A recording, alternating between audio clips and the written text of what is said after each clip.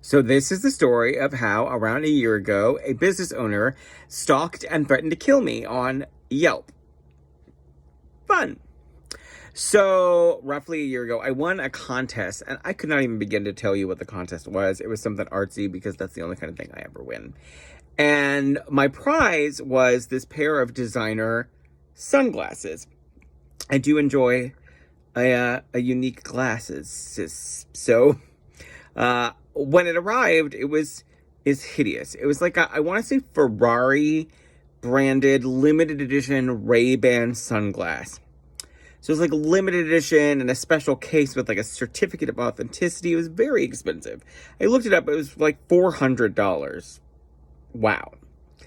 And I didn't feel like eBaying it, so I thought like I'd try to sell it locally because there was no way I was going to wear these hideous sunglasses. They look like the kind of thing that like a straight 55-year-old guy would wear in his, convertible. So I was not having it. And I found the store. I'm not going to say the real name of it, but it was like literally a store that did nothing but sell vintage and upscale sunglasses. It was called like, Vintage Glass. And I found their website, and then I found their Facebook listing, and I actually opened up just like a Facebook chat, messenger chat with the business, and I explained what I had, and I sent some pictures, I think, and I was like, how much would you be able to offer me for these? And the person responded and said $40. And I was like, girl, no, that's nonsense. I mean, I'm not stupid. I know that you're not going to pay me what they sell for at retail, because even in brand new condition, you're not going to sell them for what they are worth at retail. But if they're 400 new, you're going to sell them for 300. You should be offering me at least $150, if not 200 for them. And I was like, that's an insulting offer, and that's not going to happen. He was like, got really mad right away. I was like, well, what do you want me to do? I don't want your stupid glasses anyway. Okay. So I left a Yelp review for the business, and I was completely honest. I didn't lie.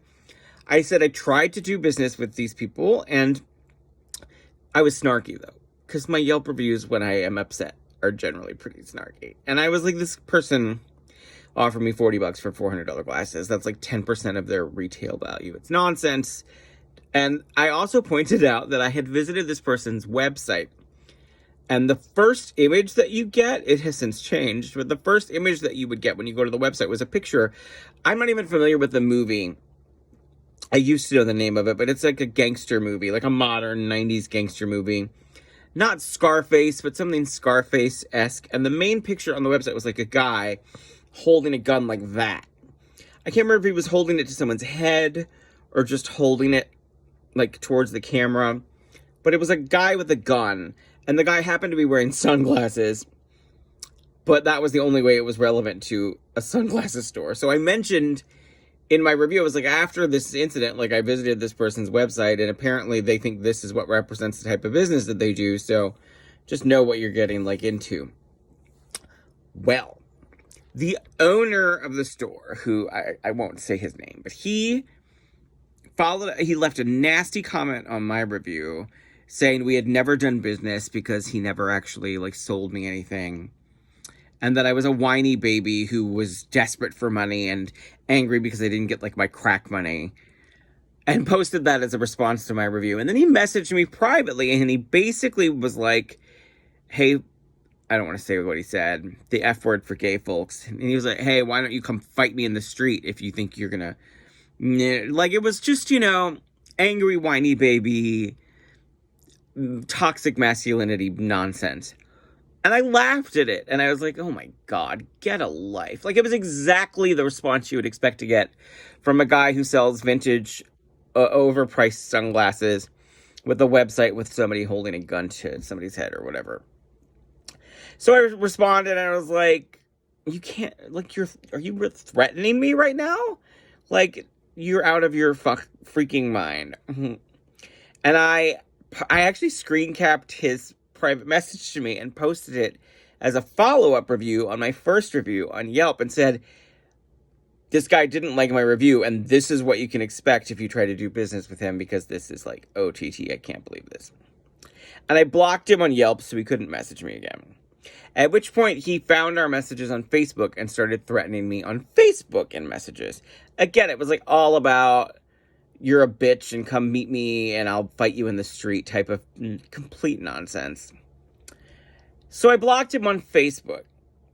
Then he got a lady friend, assuming the profile was real, to message me on his behalf and start harassing me, saying I was fat and ugly and all the things that people say when they want to harass me on the internet. And so I blocked her. Then she started messaging me on Yelp, harassing me and threatening me again.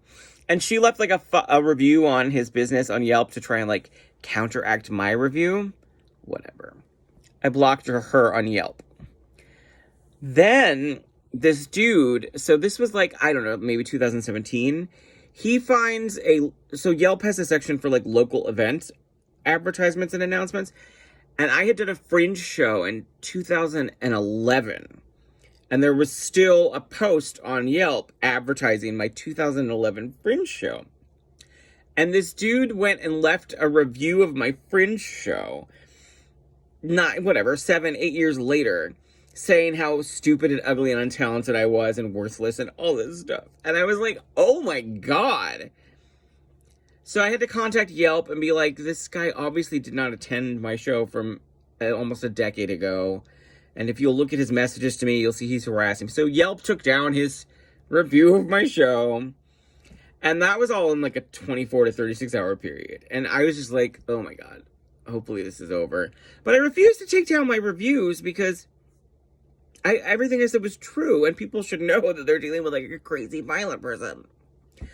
So then that I thought it was over. And then like maybe 48 hours after the initial contact, I get an email sent through my website. And it's some person's name. And they're like, oh, hello, my name is Bobby McFickname. And my wife and I attended one of your shows. And we think you're hilarious. You're so talented and obviously so popular. And my nephew owns a clothing boutique. And he is interested in having you wear his clothes so that he can get exposure. So may we please have your home address so that we can send you a selection of his designer clothing that you can wear. Because we really think it would be an excellent opportunity for the two of you. Thank you very much. Blah, blah. And I was like, oh, bitch. Oh, girl, oh, bitch, oh, girl, oh, bitch, oh, no. Do you think I am stupid? It was obviously him, and he was fishing for my home address, presumably to come to my home, and I don't know what, I got a message. To attack me, to fight me, to harass me, whatever it was. Now, at the time, I don't live anywhere, but at the time I was living with a very good friend, and my friend's daughter, who was like, maybe 13, 14 at the time. So I messaged back, and I was like, listen, dude, I know this is you, and this has gone far enough. It started out kind of funny, then it got intimidating and threatening, and I'm not playing that game with you. And now you're trying to find out my home address. There's a child that lives in this house with me. And if you ever come to this house, I'm going to call the cops and tell them to put a bullet in your head. Not a pretend picture on the internet. I'm going to tell them you're threatening a child and to come and fucking kill you. So don't message me again. Don't bother me again. And even if you even message me again in any way, shape, or form, I'm going to copy every single message that you've ever sent me over the last 48 hours and give it to the cops and let them know you're stalking me and threatening to harm a child. At which point I never heard from him again. Now, he's on a very prominent street in Philadelphia, and I have walked by his storefront many times because there used to be, unfortunately COVID has made it close down, but a lovely little small coffee shop that was there for over a decade. And once I was in the coffee shop, and I asked the guy that ran the coffee shop, do you know this guy who owns the sunglass shop, blah, blah, blah? Oh, let me tell you about him. He is the worst. He comes in here bragging about all of his rich celebrity clients who come in and buy his glasses and trade him diamond jewelry for his amazing glasses. And he's going to hook me up with blah, blah, blah. And he's going to introduce me to Puffy and Kanye and like, It was like, and so he started to tell me how this guy has a reputation for being garbage, and everyone on this prominent street cannot stand him and they wish he would just go away. Like, it was the funniest thing ever, and I was like, yeah, that pretty much confirms what my experience was. But yeah, that's the story of how I left a bad Yelp review and ended up getting stalked and threatened by the store owner. Hopefully, if you're lucky, it'll happen to you too.